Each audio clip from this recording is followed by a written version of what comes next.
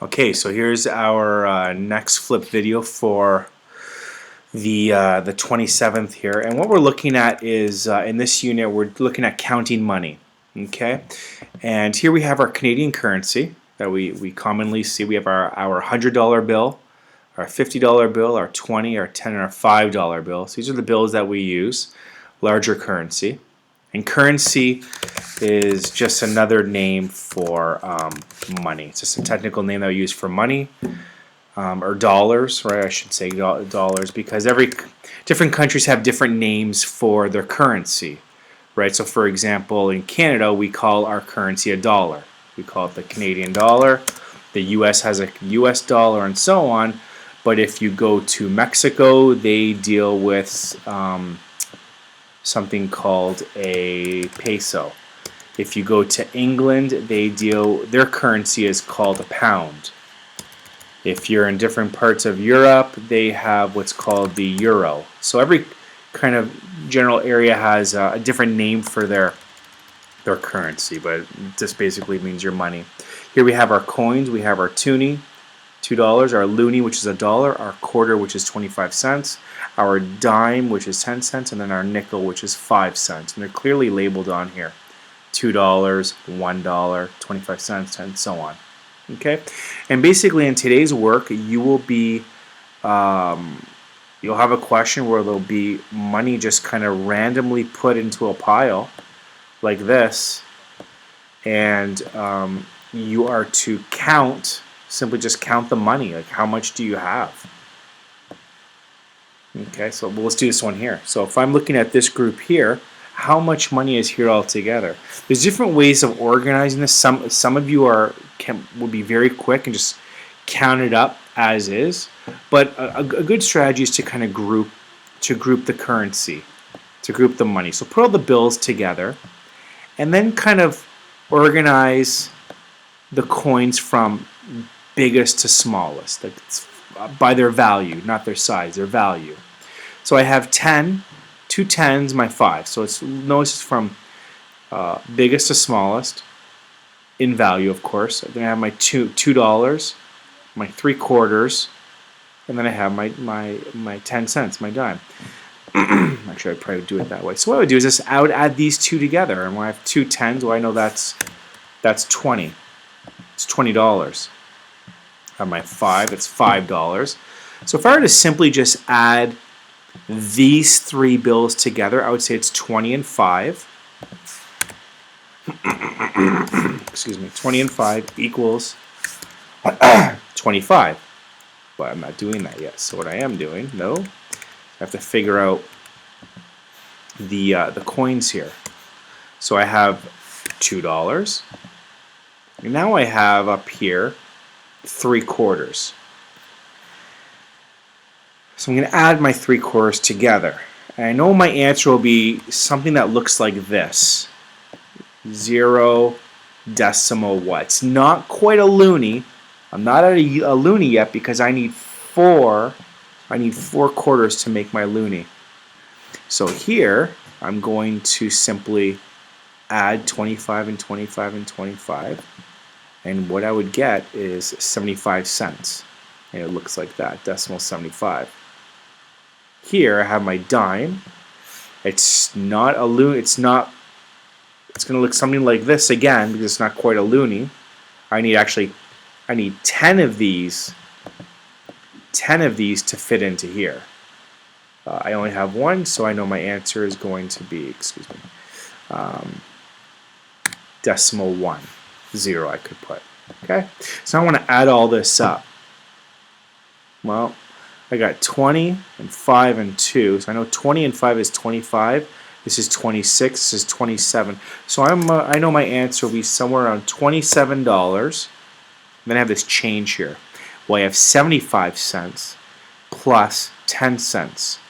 So if I were to take these two numbers here and add them, well, if I bring down the 5 would be here. I go 7 plus 1, that would be 8. So the answer would be 85. So what I have is $27.85 is all of this here. All right? So kind of organize the money that you have, and we have play money that we'll throw them around the room. You can count that way. Organize them how they are like this in groupings, and think of when you add them, think of the money as right your numbers here, your separate numbers that you'll add. Okay, let's do one more. I'm gonna erase all this really quick. Let's do one more, and then you should be off and running. Okay, let's do a little bit bigger here.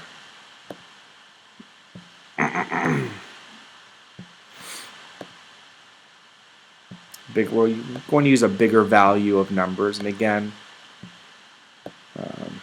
throw in some dimes in here. I'll put in a quarter. See what we get here. Okay, so let's look at this money we have, this currency here. I need to organize this money so I can work with it. So I have a 50. I know my next biggest one is a 20. My next biggest one is a 10. So I kind of organize it that way. Now I want to look at my change here. The biggest change in value I have is my toonie, followed by 2 loonies. It looks like I just have 1 quarter. I'll organize these 2 together here. And then I have this by itself. So my money is nice and organized. And actually, whenever you count money, if you have a lot of change, this is exactly how you would do it.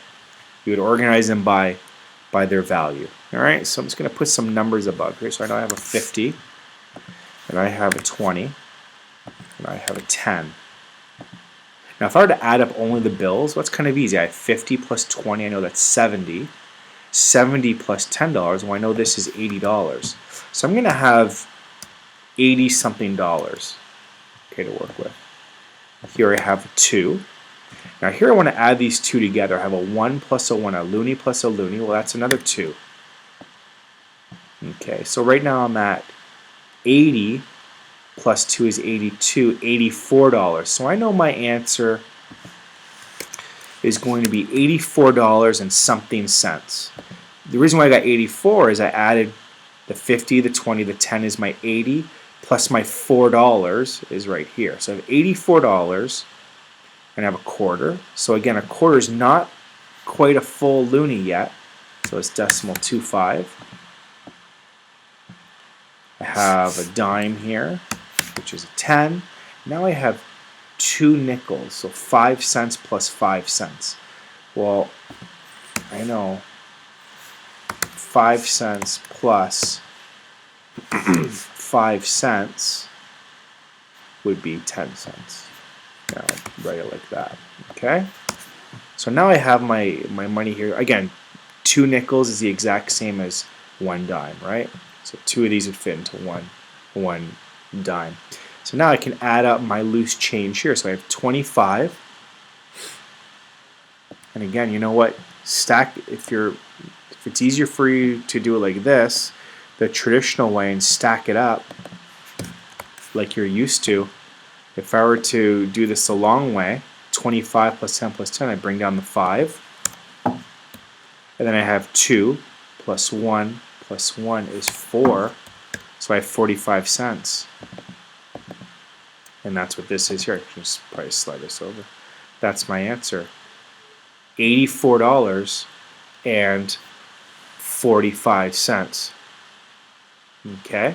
So tomorrow's work is going to look at this change here in our bills in a pile, and we're just going to sort and count the money. That's the goal, is to kind of understand it. Now, then later on in the week and next week, we will look at adding money, okay, and minusing money, which is a different story. We need to understand how to add it first with what we have here. And what I mean by adding money is, for example, you have $84.45. Well, you're going to add it to $45.97. I'll put 95 cents. So what you would do is you would add these 2 numbers. That's what I mean by adding. Okay, so it would look like this. But we will do that later on. But we need to work at just counting money and making just one solid number. Okay, so take some time, look at the change you have in your bedroom and so on, and kind of work with money, have an understanding of how it works. Okay. So take some time, review it, and have a great evening.